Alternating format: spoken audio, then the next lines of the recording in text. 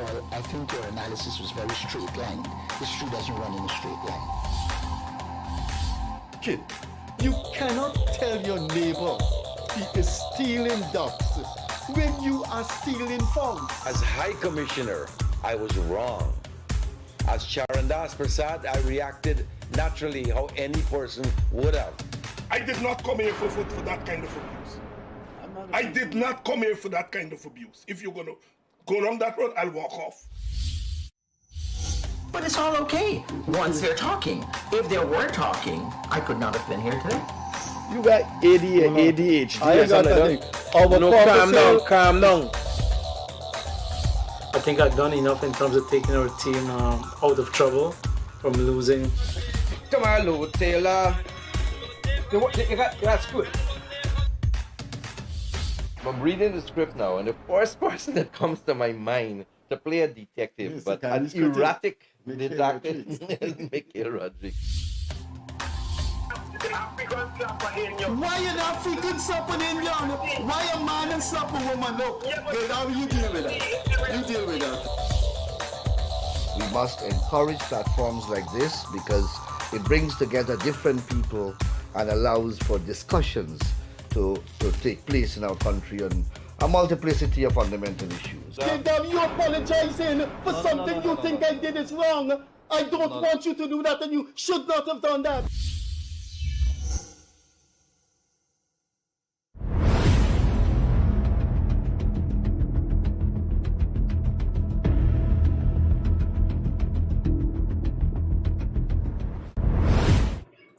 Hi there, pleasant Monday evening to you. This is the Freddie Kissoon Show with co-host Leonard Craig. It is never a boring moment in politics in Guyana. In fact, I once wrote, and I think I repeated it several times, this society is always politically interesting when compared to other countries. There is never a dull moment in politics in Guyana. A new and united Guyana, commonly known with the acronym ANUG, recently had its conference, or what we in Guyana call its Congress, and it elected new leadership. Some very, very prominent names who were founding members of ANUG are not there. They did not seek nomination. So when you hear the name Timothy Jonas, Kian Jabu, they're not even in the executive committee. They declined nomination, and that certainly raised eyebrows. And then there is the pronouncement by its new chairman, Dr. Mark France, about GCOM and the Asha Kissoon scandal. There's no other word to describe it, the Asha Kissoon scandal. So we're going to have a discussion this evening with the two leading figures recently elected at the conference of ANUG. Dr. Mark France, he is the chairman, and Mr. Jonathan Subrian, who is the general secretary. They will tell us about why there's no Jonas in the leadership, why there's no Kinjibu, why Miss Dr. Asha Kissoon is still sitting in Parliament and not the ANUG representative, and much more. What are ANUG chances, what have you. Just to remind you, co-host Leonard Craig has a first degree in economics from the University of Guyana, a master's from the Berlin School of Economics, and completed doctoral studies in Harbin School of Technology in China. I think he's correcting me. What? Harbin. Harbin. I said, I don't know why I said that. So, without further ado, let's introduce the new leadership of ANUG to you. Dr. Mark France, thanks for being here. Hi, good evening, Mr. Freddie Kissoon. Mr. Sabayan. Good evening, And yeah. Hi, please, sir. Good evening. Dr. France, the Asha Kissoon thing is all over the place. My problem, well, one of my problems with Dr. Kissoon is that you owe the Guyanese people an explanation. I mean, say something, even on Facebook, on social media, a little letter. in the press, say why you have not given up the seat and the reason why you will not be giving it up. But say something. There is this compelling obligation that you have. You must speak to the Guyanese people and say, I am sitting as a representative in Parliament. The party ANUG wants me to resign. I will not resign because ABCD. At least say God spoke to me and I believe in God and God tell me to stay there. But say something, man. Good evening to all of the viewers of the show. Thank you, Mr. Kissoon, for carrying on the show for the while that it's been running. With regard to the Ashley Kissoon issue, what can I say? Clearly, it seems as if the TNM, which I am very doubtful if there is a TNM currently, but more so Dr. Kissoon has her own motives for staying in the seat. If, as a young, aspiring Guyanese politician, I was accused of being in the seat under certain, through certain means, in that I was not an eligible member, or the way I entered the seat was not in keeping with the Constitution. My peers from the party that I started, the TNM in this case, Dr. Gerald Ford, Dr. Kanai, who is the representative of the list, Dr. Ford, asking for me to come out. The general public publicly ridiculing my name, and I am being seen as someone who the public is laughing at. Surely, something inside me must click and say, it's gone on for far too long. Now, it takes a man or a woman to recognize their personal mistakes and for them to correct such. And I always believe in forgiveness. And we in Guyana, we are forgiving people. We have seen multiple issues whereby persons would have done things that are considered wrong in the eyes of society. And based on their apologies, they would have been given forgiveness. So, for example, myself, last Friday, I had a press conference. And one of the PPPC's news agencies, they asked me a personal question with regard to an issue that I had at the Medical Council. And I made it clear that I have nothing to hide. I have no qualms about discussing my past. That was an issue that was way back in 2016 to 2018, way before I joined any political organization. I joined ANUG in 2019, December, after its formation. And it's all part of my past, but I have no issue discussing it. Similarly, for me, a doctor, someone who takes the Hippocratic Oath, someone who is held to higher standards by the general public, someone who must have the trust of the Guyanese population in that you're treating patients. Patients must trust you. You must see something is wrong with the withholding of information, or at least giving your reasons for why you're doing what you're doing. My only thought and the only explanation that I can fathom is that Ashley is but a puppet. Somebody else is pulling her strings, somebody else has coerced her to stay into the seat, and somebody else is allowing this issue to drag on for the duration that it has dragged on. And that person, for some reason, has some amount of control over GCOM, has some amount of control over the Speaker of the National Assembly, and there's only one organization that I can see having that sort of control. And it comes back to someone or the persons who are in government. So that is the only organization that I can see that is allowing all of this to happen, because it's the government that have control at GCOM through their chairperson, their 3 commissioners. It is the government who has the speaker who's elected to the House to represent them. And then it is the government that is allowing him to do nothing, so that Ashley Kissoon, having been asked by the rightful representative of the list, Dr. Gerald Ford, continues to sit in that seat illegally, accumulating riches, because it's quite a good payday. Imagine you're a doctor, imagine you're an MP, imagine you're the Deputy Speaker of the House. You're collecting quite a good hefty salary at the end of every month. And whose monies it is that she's collecting? The Guyanese people, for a job that she is not doing, not even her constituency.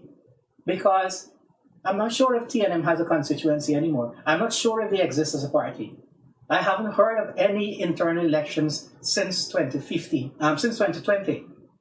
So clearly she's representing none other than herself. And so it is selfish, and it is a drain on taxpayers' confidence and the Kissoon is receiving.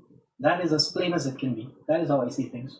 Before Leonard Craig comes in, I don't think the table is blocking your T-shirt, but it says at the bottom, "A new United Guyana." You can see that. And the other thing, I am not a lawyer. It seems this Asha Kissoon thing is complicated. Whatever it is, I think my problem with the entire issue is not legal, it's not constitutional. That's for the expert. I believe she is compelled to give an explanation. The explanation may be good, the explanation may be phenomenal, but give an explanation. Leonard? Let's hear the opinion of Mr. Subrian and then the comment. It's compelling. First of all, good evening, everybody. Jonathan Subrian, General Secretary for ANUG. Referencing the Asha Kissoon fiasco, it seemed to be a travesty of justice going forward and has been in the situation from the beginning.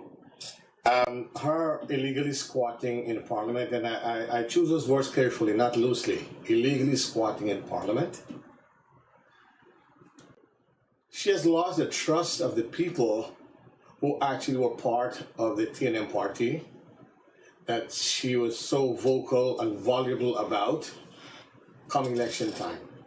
And taking the Hippocratic Oath also serves now as a diminishing value of any words that would come out of her mouth to the regular general populace. Currently, she also sits on the GWA board, I believe, as a director, right? A director in GWA board. And Leonard pays taxes, I pay taxes, Mr. Kissoon pays taxes. Our chief over here pays taxes, Guyana pays taxes. Our tax dollars are literally keeping her afloat while she rides the gravy train. And Mr. Kissoon is correct in saying that she should come out at some time and give an explanation, plus or minus, what is compelling her to stay where she's rooted. So far, there was thunderous silence, nothing from her, which leads to speculation, positive or negatives, for the reasons why she's still there. And to Dr. Francis' point, there must be someone being the puppet master, pulling the strings, and she's being the marionette, being, danced all around. Coupled with that, on the GCOM side, you have three PNC luminaries there, on the board, and you have three PPPs, and then you also have the chair. Some of them on the board are actually legal luminaries. And I'm still aghast and astounded that they never exercise due diligence. Let's say, for argument's sake, you have the PNC folks or the opposition there on that bench. They are also complicit in not doing due diligence to ensure that all the T's are crossed, all the I's are I's are dotted. So I wouldn't say it's GCOM alone. I will say it's also the commissioners on boards that are complicit in this. And that's my reason. That if this Asha has not been properly vetted, in Guyanese term, trying a thing there, literally trying a thing there. And she got through by trying a thing there. But added the insult to the injury is even after this was exposed, I think it was started being exposed voluminously about 10, 12 months ago. Thunderous silence ensued from everybody. Up to until legal counsel for GCOM, Mr. De Silva, Cor De Silva, he had an opinion which he shared a couple of weeks ago. And then the GCOM chair, Madam Chair, said, oh, there's another alternative way of reviewing this, and that will be forthcoming. We're still waiting for that. But again, to everybody's point, why is Dr. Asha Kissoon, and I'm not going to say doctor anymore, I've lost a lot of respect for that doctor title in front of her name. Why is Asha Kissoon not coming out with a statement, provocative or otherwise, that allows us to believe that what she's doing there is a bona fide position that she is actually sitting in. Thank you. There are a couple of things that I personally don't like about our political structure and system, but it is what it is. But the question is, for some reason, I thought that Dr. Kissoon was the leader of her own list. But you're reminding me that it is Ford, Dr. Ford is the person. Then, according to the Constitution, if the leader of the list from which you were extracted writes to the Speaker to say, I withdraw this member, isn't the Speaker compelled to act? Has that been done? Thank you. And secondly, just before you continue, the legal opinion of GCOM the other day said that only the party with the most votes can actually seat somebody. If that party writes to the Speaker, isn't he compelled to act based on the law? And the third question is, taking them in a row, you guys in ANUG have several respected legal minds. Ramkaran, Jonas, and others. Why isn't this in front of a judge ages ago? Thank you. I'll start with your first question. When Asha assumed the seat as Member of Parliament, she went there on the recommendation of GCOM based on the documents that she would have submitted. I am not privy to those documents, but according to her, and in the discussions with ANUG United Guyana, of which I was chair at the moment, and this is how it came about. ANUG was supposed to go second. Dr. Kissoon asked for herself to go second in that she may not have a chance if a snap election was called. And so based on our considerations, and then we think, oh, why not give another party a chance just in case? We'd allow her to go. So the representative of the list who extracted her name is a young man by the name of Kenrick Morgan, who is as guilty as and should face the music as Dr. Kissoon. He has also been very silent. So hold on. Let me get this straight. Because I have not checked it for myself. I know it is public document and it probably could be checked. But the leader, so there's a joiner arrangement with three parties. And each party had a leader of a list. Representative. Right? Representative of the list, which we call leader loosely. Right? The representative of the list of ANUG was who? Jonathan Yearwood. Jonathan, good. With the deputy representative being myself. Good. The leader of the TNM was who? Dr. Gerald Ford and Dr. Josh Kanai being the deputy representative. Good. And who was the leader of Schumann's party? Leonard Schumann. It was Mr. John Flores, the representative of the list, and I can't recall who was the deputy. Yeah. So we have Ford, Flores, and Jonathan Yearwood. Yeah. Right? Those were the three, and those were the persons who can write either to GCOM to extract somebody from the list or to Parliament to remove somebody, because they have that power under the Constitution. What is stopping them? So let's backtrack a bit. And we come to the Constitution. We come to ROPA 99A. ROPA, Representation of the People's Act. Representation of the People's Act. Filling of a casual vacancy in the case of members elected under Article 62 of the Constitution. And I'm going to hold it up so the public can see me while I read.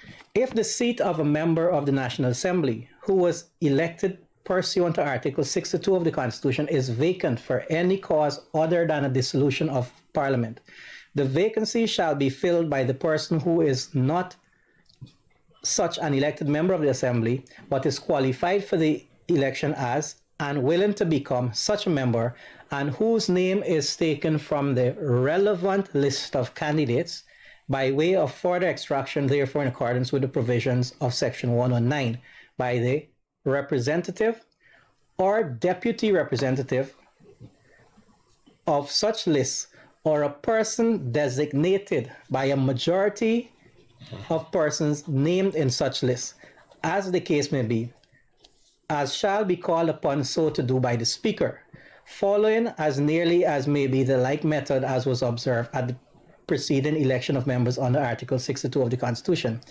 The name of every person who became an elected member of the Assembly at that preceding election, or has since become such a member, being ineligible for extraction under the foregoing provisions of this subsection.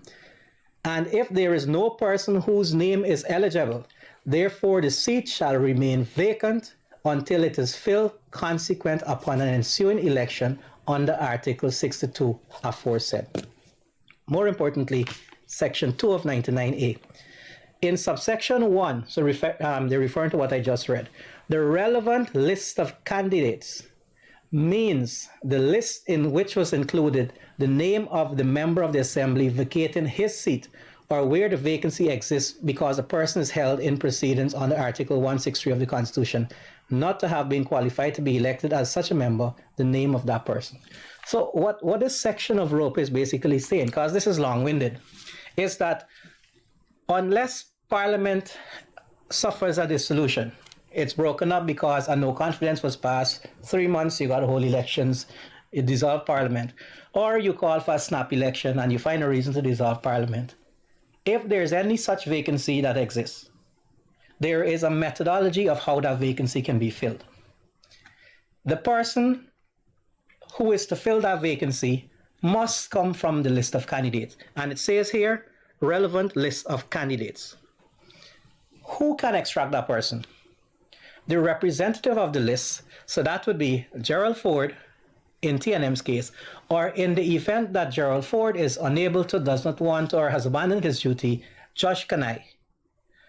In the event that both men have abandoned their duty and are willing to, they have given up that position, then a designate by the party that has the backing of at least half of the members of the list that was submitted, which equals to 22 or 23 seats, somewhere around there. Names. Now, this is the provision that Dr. Kissoon used to justify to GCOM that she had replaced Dr. Ford and Dr. Kanai, who had both left the party. And so there is a new representative of TNM's list. That name of that person who is equally culpable as Asha is one Mr. Kenrick Morgan. The documents that were submitted were deemed to have been submitted in 2021, sometime in 2021, right? That is an issue for GCOM to sort out, because the view of the opposition commissioners is that someone may be trying to put these documents inside as if they were there. That is a view that is out there. However, the documentation submitted was insufficient and did not meet the criteria as lined out in 99A. I saw the names that were submitted. There were 8 names. Of the 8, 2 of those names were persons who were not on TNM's list of candidates. So what happened is that Dr. Kissoon and the cohort submitted a list of names that didn't reach the 22, also contained names that were not in their list of candidates submitted to GCOM, which is, by the way, breaking the law, because you're given a wrongful document to GCOM. And that would have been accepted by GCOM, who did not do due diligence in ensuring that the right procedure was observed. So they, using those documents, and in goodwill in that moment possibly, decided that, you know what, Dr. Kissoon was right. Dr. Ford and Dr. Kanai did leave the party. They probably did give up their status. And as such, Mr. Morgan is the new representative of the list. However, it is their duty to ensure that accompanying documentation fulfills the criteria of the Constitution, ROPA to be exact, 99A 1. Now we come to 99A 2. In subsection 1, the relevant list of candidates, and this is the part that has been interpreted by the legal officer currently. The relevant list of candidates. Legal officer of GCOM. Mr. Curtis Silva. Means the list in which was included the name of the member of the assembly vacating his or her seat. Now, which list was Mr. Schumann extracted from? Section 22, when it speaks about the combination of lists, which is locally called the joinder, speaks about 3 lists being submitted and the votes counted together at the time of counting. There is no unified joinder list with one representative of the joinder list. Instead, there are 3 separate lists, all having had met the criteria of a list. So you have 3 different representatives of the list: Jonathan Yearwood, John Flores, Gerald Ford. Each of those had to get the 55 names at the very least that you need up there, or how much is it that you have to get. Now, this is what the law is stating. If someone vacates their seat, they can be replaced by someone from that same list of representatives. That is why Mr. Curtis Silva, in reading the law, did say that only someone from the LJP can replace Mr. Schumann. So GCOM has erred in not doing due diligence, not ensuring right documentation is there, and as thus guiding the Speaker of the House to accept an ineligible member into Parliament. Before I want to tell you guys something if you don't know about it. I'm not on Facebook. I don't go on social media. But I haven't read, Leonard Craig can tell me, and the two of you can tell me, I have not read anything the past 3 years, anyone writing anything justifying from any quarter, from any dimension of Guyanese society, justifying Dr. Asha Kissoon position that she holds now. I don't think anyone in this entire country has spent a paragraph in support of Dr. Asha Kissoon from any quarter of the society. It's a very unique case in which the person has no helper. Do you know that? Is there anyone on Facebook who have written and said, leave the woman there under section 8, the woman is entitled to be there? Anybody has ever written anything in support of her? So let me just go there. Before I come to your other questions, there was one news article that came out from the newsroom, which, by the way, is seen as part of the PPP propaganda machine, that quoted one of the commissioners as saying, and I've shared it multiple times on Facebook, I shared it recently in the Guyana Forum group, Says Gunraj coming out and saying that Asha Kissoon was rightfully elected as per the laws of GCOM. 2 days later, GCOM had to do a retraction, not to his statement, because that was his personal view, to that information, saying that the matter is still under investigation and it will be expeditiously dealt with. It's been ongoing for 10, 11 months. I don't know if that is expeditiously, but surely not for myself, not for ANUG, and not for the majority of the Guyanese people. Leonard? Yeah, I'm interested in why isn't this case in front of a judge right now? Let me go. So Dr. Kissoon went to Parliament when I was chair of ANUG United Guyana. Mr. Jonas was the General Secretary. He was there. ANUG, we do have other legal luminaries, Mr. Ralph Karamkaran, SC, another former head of the Bar Association, and a number of young lawyers. We probably got more lawyers than doctors, and we got like 8 or 10 doctors. Okay? And we have Esquire. Okay? However, our initial understanding that we had was that it was possible to rotate the seat. Okay? ANUG's executive then, because it was not a lawyer's opinion, it was an opinion that the executive had, was that we could have occupied the seat. And when Dr. Kissoon got in, GCOM accepted her. It further solidified our thoughts in that moment that the seat could have been rotated. Looking back at the issue now, we may have erred. And that is why I'm saying that it is not wrong for you to say that you have been wrong. And last Friday at my press conference, I said, it is still not too late for GCOM to say that they erred. So ANUG can err and we won't have any consequence based on the law. However, GCOM, who has a mandate to obey the Constitution, who is funded by taxpayers' monies to the tune of hundreds of millions, and in this year, $3.5 billion. GCOM, who has an in-house legal officer and has always had one to give their view on any matter of legal importance, but more so, who have a commission that guides them, and on that commission, having a number of legal luminaries on both sides, left and right, PPP and APNU-FC. But even more important, guided and cheered by a former senior justice of our judicial system.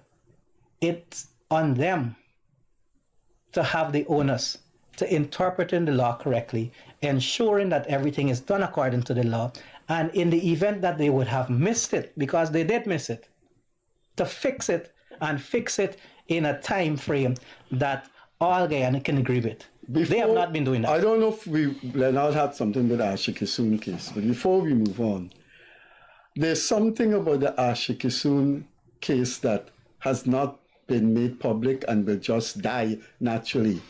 If Dr. Kissoon had resigned after her allotted time is up, do you know someone from Monkey Mountain would have put Monkey Mountain on the map of this country?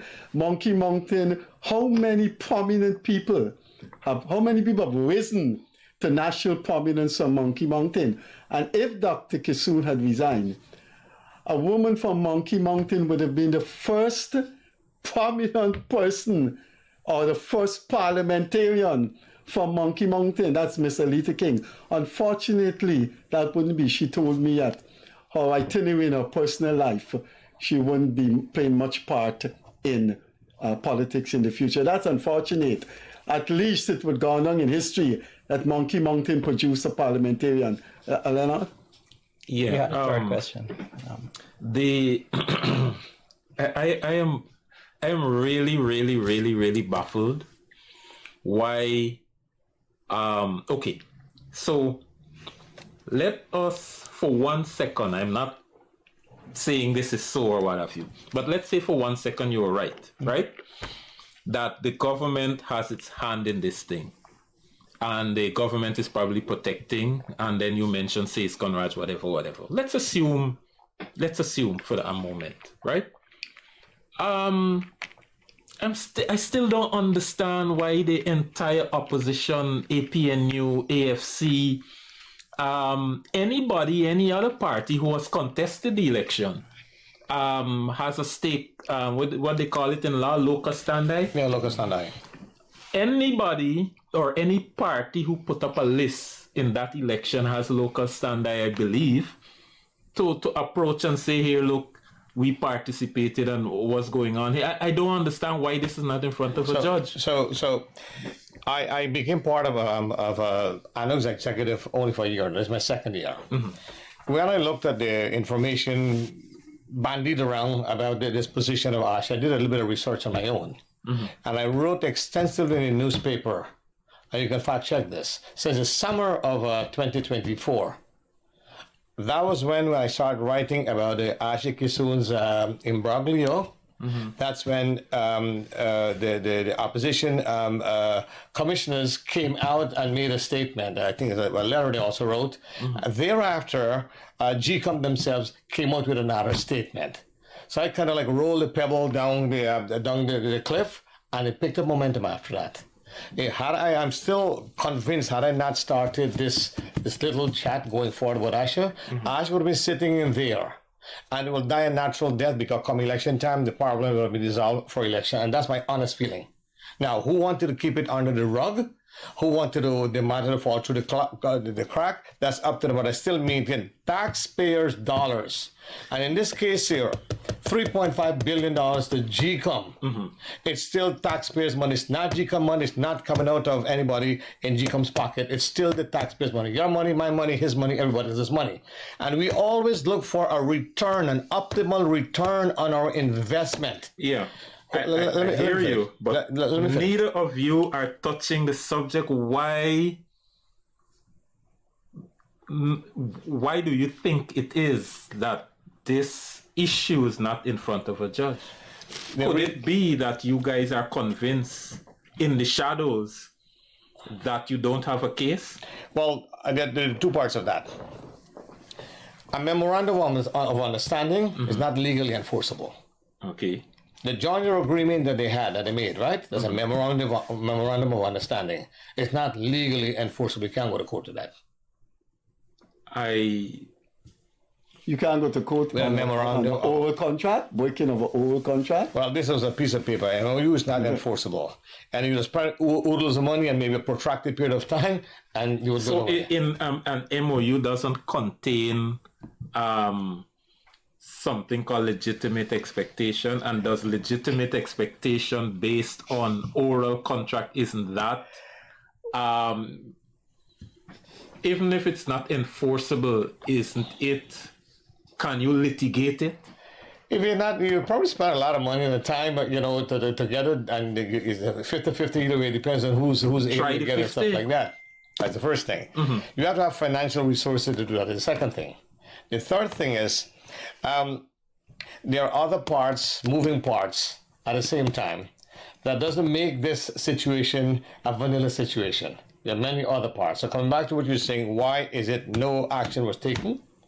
Simply because I can't speak for anybody else. I can only speak for when I went in, if I'm speaking now about that. What I saw at that point, I know election is next year, the time frame would not have been enough if you want to litigate on any little smidgen of something that you found. But what I notice, a lot of these cases go through the court system very fast. Look. There's a lot to be discussed. And yes. But I want to say something. I want to indulge you to take up a little bit of your time, couple seconds. Even if the Asha Kissoon case is not legally strong for ANUG, I think 99% of the Guyanese people look at it morally. Man was 3 y'all should have shared this thing. But I tell you this, both of you, I have known Mr. Ramkaran a long time, very long time. Mr. Ramkaran is in the system just as long as I read, 70s. I know Mr. Ramkaran, I know his temperament. Mr. Ramkaran is a very litigating man. You just say Craig and I just say something about Mr. Ramkaran here, and you're going to get a letter. So you have to be careful, Mr. Ramkaran. And I find it strange that he's a senior counsel of more than 40 years, perhaps more. Jonas is quite respected as a very competent lawyer. Almost senior counsel. He's a senior counsel too, right? Almost. He's a senior counsel. Yeah, okay, sorry. I'll tell you this for your own benefit. When those two men didn't strike right away, I think they boxed as we say in common Guyanese parlance, they boxed the legal books and say no. And so the emphasis should be on the moral repugnancy of what Asha Kissoon is doing. Because I take my cue from the inaction of Ralph Ramkaran. Not that man. Anybody else, maybe, but not Ramkaran. He has an obsession with litigating issues. You might be litigated for that, for saying the man has an obsession. Well, I withdraw that and I apologize. But let's move on. The absence of Kian Jabur now and Timothy Jonas and his wife. I would like to ask both of you before Craig comes in. Now that Kian Jabur is not even in the executive, this program he has, politically incorrect, which was seen as an ANUG program, will it still be an ANUG program? Let me just be clear. I'll take it after that. A politically incorrect Guyana is not an ANUG program. Okay. That distinction has been made clear on many occasions. Similarly, when Mr. Jonas ST is on various talk show programs, for example, the Globespan programs that he has quite some traction there. If he is not speaking in his capacity as General Secretary, then the views espoused by Mr. Jonas is his personal view.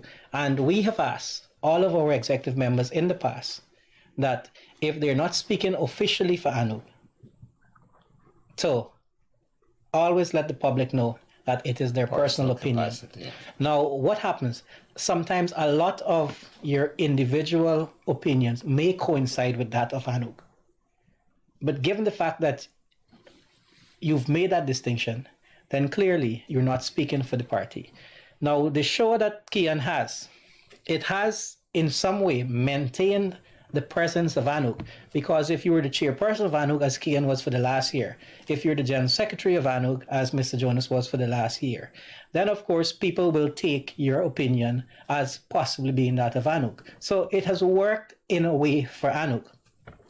With regard to our current executive, both members who were on the executive, because I see you mentioned Miss Sagar, Mr. Jonas's wife, they would have opted not to be on the current executive, as is permissible by our constitution. So you did mention nominations were made and they refused. I don't know how you got your information, but they were not elected because they did not see it as being fit to be on the exec in this moment, which can work both ways. One, it gives newer members, different members, a chance to take up that platform, to work with those previous executive members in building the party, having newer and better coverage, in that it's no longer seen as the Ralph Ramkaren party or the Timothy Jonas party, but now it's seen as ANUG, new faces, Dr. Franz back as chair, Jonathan Subrian on the executive as Gen Sec, and a number of new members that we have. I totally get it that the Guyanese public will ask, but why not even on the exec? We're a party that is run by democratic principles. And as such, if someone decides not to accept a nomination or not to be on the executive, they are well within the right to do so. What I can tell you for sure is that both Mr. Jonas and Mr. Jagur are currently still working with the party in other capacities.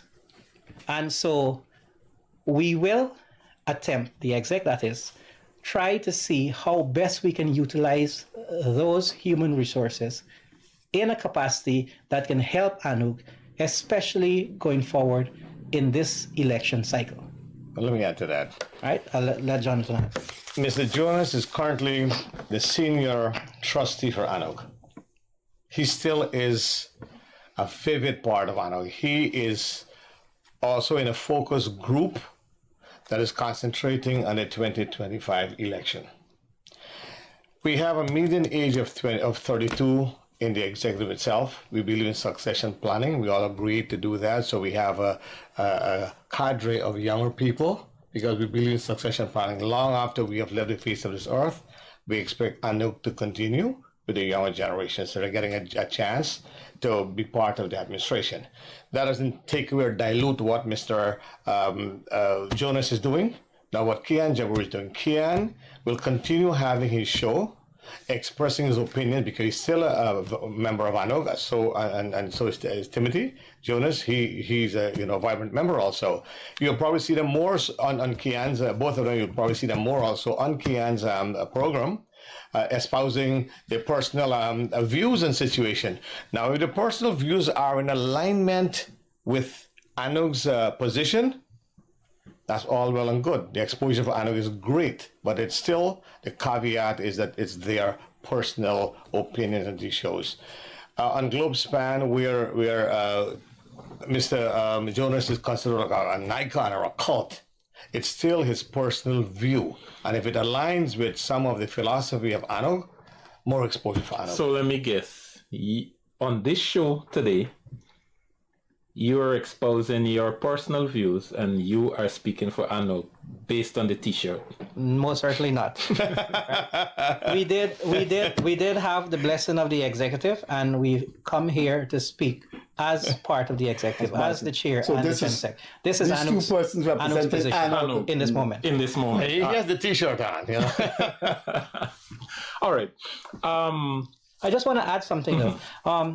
ANUG will be looking to utilize the resources that both Mr. Jabour and Mr. Jonas have.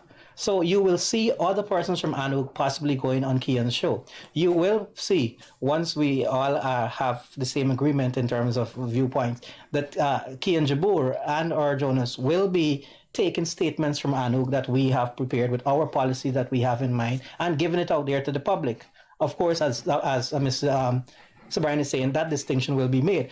This is ANUG. Say, for example, we have a press release and Mr. Jabour has his show and he decides to share the press release to the Guyanese population. This is ANUG's press release. I'm in agreement with it or not. So that is how we will be utilizing. I have to backtrack on something there. That's how we will be utilizing their now resources. that I understand that you're speaking for ANUG in this moment. Yes. And ANUG's official position is that the government of today, of the PPP, is supporting the excursion of Asha Kissoon in Parliament. Most certainly. We have a press release that is out there 2 days now on GCOM, whereby we have blamed the government in being as culpable as GCOM. No, that is something different from what I'm asking. Listen to me, let me As finish. culpable is Let me something finish. different. Let me finish. In that, Dr. Kissoon is not only a member of Parliament. Dr. Kissoon has been appointed and continues to enjoy the support of those who appointed her to the position of Deputy Speaker that she most recently acted in a couple of sittings ago. That can only happen if you have the support of the majority of the National Assembly. And Asha Kissoon is there with the support of the majority of the National Assembly, more so the government side. The inaction of the opposition side, APNU AFC, is also noted, as Mr. Subrian did note, because we are of the belief that anyone in Parliament could have brought a no confidence motion against the member. Given all that is going on, put it to a vote, and then let's see who supports Asha being in the seat. The APNU AFC have their chance to put forward a motion. Someone from the PPPC who believes in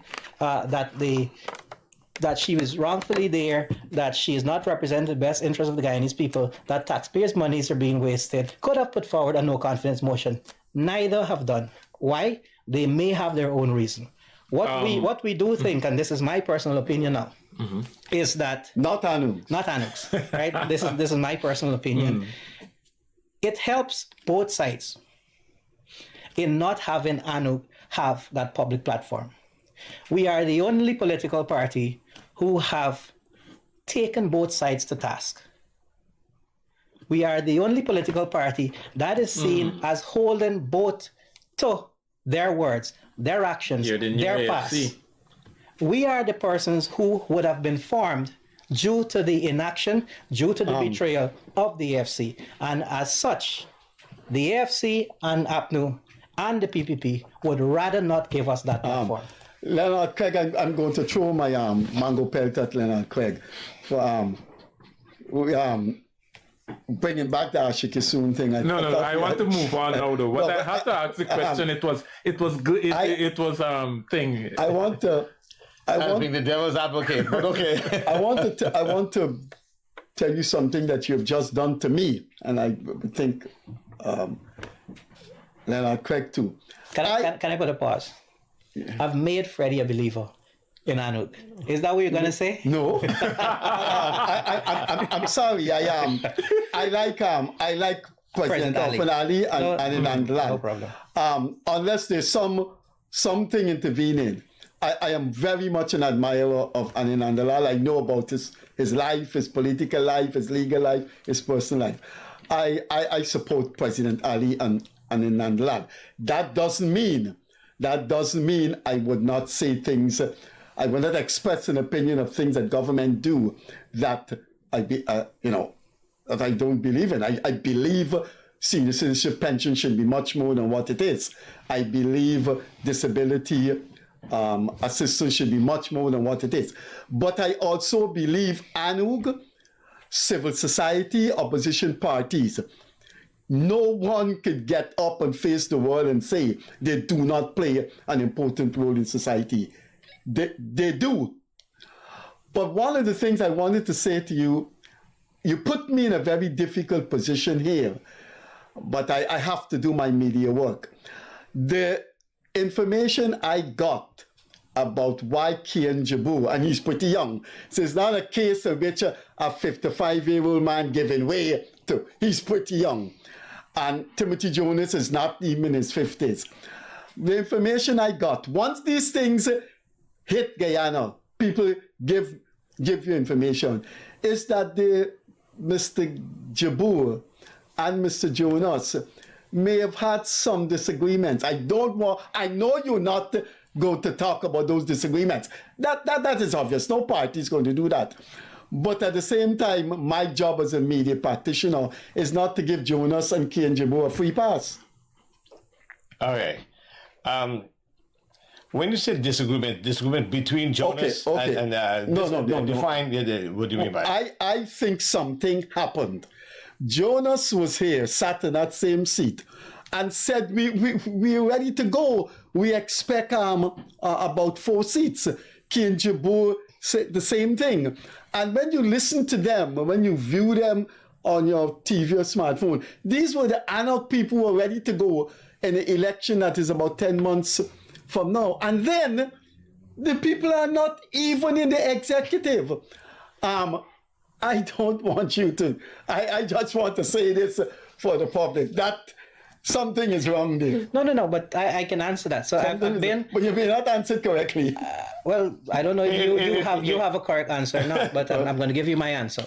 I have been in ANUG since 2019 December, just after the formation of the steering committee. And since then, ANUG is a party that is open to democratic principles. We are open to having robust discussions. So I'm going to give you an example. In 2020, prior to us naming our presidential candidate, myself and Jonathan Yearwood, who happens to be a close friend of mine, our view then was that Mr. Ramkran is too old. That because of the voting demographic in Guyana, you need someone who is more in touch with that younger population. Now, I went out of the way trying to bring third parties together because I saw it as this. If you're going to replace the AFC, you need to bring as many small parties working together. So we reached out to TNM. We reached out, and they refused, by the way, that is to join us with ANUG. We reached out to the LJP. Mr. Schuman was all about him being the political presidential candidate, and he would only accept if he's that. We reached out to the FEDUP party in Berbice. We had long conversations. Federal United Party. The Federal United Party. We had long conversations with Mr. Sohan, with Mr. Datidin's friend, Crawford, with Mr. Crawford. We reached out to Change Guyana. We reached out to... Badal. Mm-hmm. We reached out to the other party. Shazali's party, Citizenship Initiative. Mm-hmm. I myself even pushed for the executive of ANUG and Mr. Ramkran in particular to consider running as the godfather of that umbrella, whereby if we have a younger person being the presidential candidate and Mr. Ramkran as the prime ministerial candidate, given guidance, given his long years in politics, it's a better sell to the Guyanese population. It went to an executive decision. A decision was made by a majority, and it ended up with my arguments, myself and Jonathan Yearwood's arguments, being on the losing end. But we're team players. We went with Mr. Ramkran's nomination, and we took part in the election. None of these arrangements that we were trying to bring on board came into effect, even up to nomination day. I myself was running with the Federal United Party to get them their documents in place to come together with ANUG. It didn't work out. We had to go separate ways, and the rest is history. That all being said, the party can and has had robust internal discussions. You may call it disagreements. Every time such would have happened, the executive would have always voted with a majority. And the majority decision is what triumphs and prevails over any other decision. So when you say you may have had this disagreements, yes, but the party has one way of doing things. So you got to understand that this is the leader of ANUG speaking. I speak from the journalistic aspect. I speak from information the journalist, the media practitioner get from outside there. That's okay. Yeah. 1 second, Mr. Craig. To your point about your I wasn't infatuation. You like President Irfan Ali. I have a lot of respect for him, and I've always said this. I personally am into nation building. I joined ANUG because of nation building. We've seen, not too much traction after independence with everybody's throat 5 year, every 5 years. So I'm into nation building. That's my focus. I happen to live on the west coast of Demerara. I admire the guts, the grit, and the chutzpah of President Ali. Don't get me wrong. When Ms. Ferguson wrote something about his 5:30 wee hour morning meeting that he had, check the public space. I was the one who wrote against Ms. Ferguson and applauded the president for being there at 5:30 and calling the shots for those people there. I even went so far and having a discussion with some of my peers that if the president can make it there at 5:30 in the morning, everybody else should have been there 5 o'clock and be seated at 5 o'clock. But the president lives there and he just got to walk downstairs. Regardless, Just joking. I know. It's going to be helicoptered in fall, I know, from the Manora. So I do believe that this man's a grassroots president. Don't get me wrong. Now, if you do well, I applaud. If you don't, I berate. I'm not one-sided about this. All right, let me just ask a question quickly. You mentioned that you were running around trying to get small parties to unite.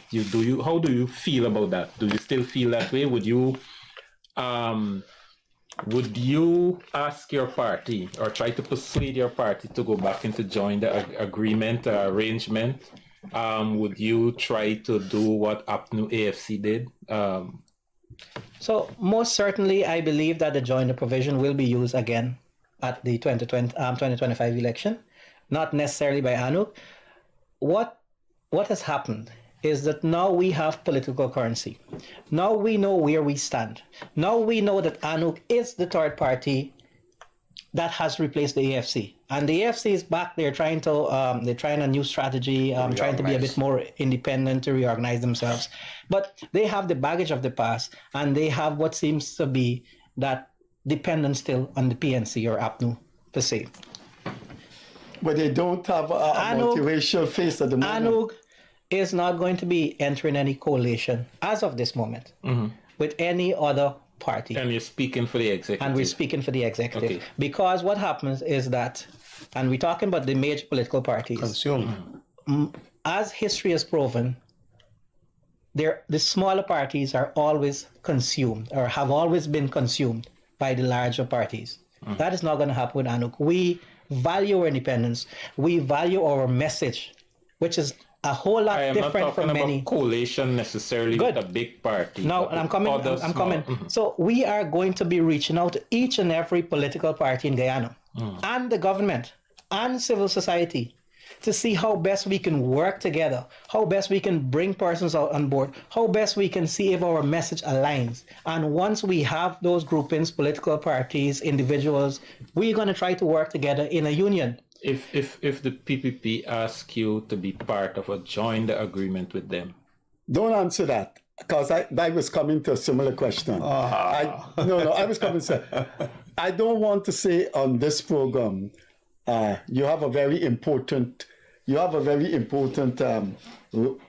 family connection to an important person in the PPP. And he said he admired President Ali. Why could there be a discussion of PPP/ANUG, PPP civic/ANUG thing? Let me go a little bit that first. When I said You're speaking for the executive. I'm talking about Mr. Ali. I'm going to return this question to President Ali. No, but we've gone past that. PPP/ We've gone past that. With the two of, given who I know he knows very well, and given your admiration for President Ali, I am asking it as a possibility. The election is about 10 months now. We almost finished in December.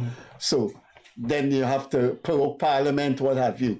We're coming on to campaign time then, as soon as is there any possibility of PPPC/ANUG for the 2025 elections? He said he wants to go. We'll take it day by day. Oh. Yes. I would like to add, our founding principles is that we will not coalesce with any of the major parties to get them into office or to keep them into office or to get ourselves into office. But more so, Thursday's press conference by the Honorable Vice President, when he came out swinging at the smaller parties, ANUG inclusive. He did call some individuals in ANUG, he called my name, claiming us to be useless parties. He has not even had the decorum of having an interaction with the executive of ANUG. And he already has a solidified position with regard to But us. it's not part of politics. No. My thing is this. You can't expect him to play. What I'm saying, he's in competition with you guys. He has to bat for his party. We will be having discussions with everyone, and we're going to be sending out invitations to the PPPC as a party and the government itself, whereby if we can meet, sit, and work in specific areas, we're willing to do that.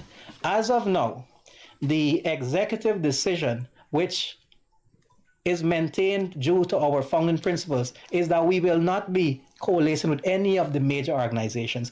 If that changes in the future, it will be because of an executive decision. AFC said that, No, the difference with ANUG is that we have made it enforceable by law to our membership, and we're the only party who have done such, that if we ever renege on any of our promises, that they can take us to court and get us out of there. But that is an MOU, which... It's not. No. It's actually a court document. We have to go. So I'll ask the two of you to sum up. I'll ask Leonard Craig to give his parting words and for you to sum up very, very quickly. So, Leonard? No. Let him go right ahead. Okay.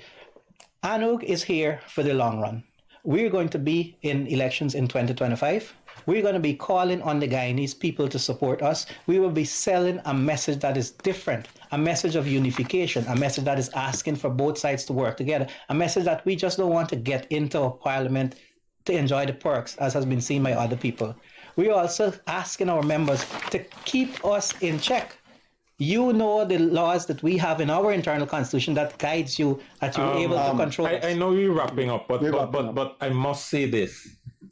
No, I heard that before. No, you mustn't say that. I was a member of the AFC.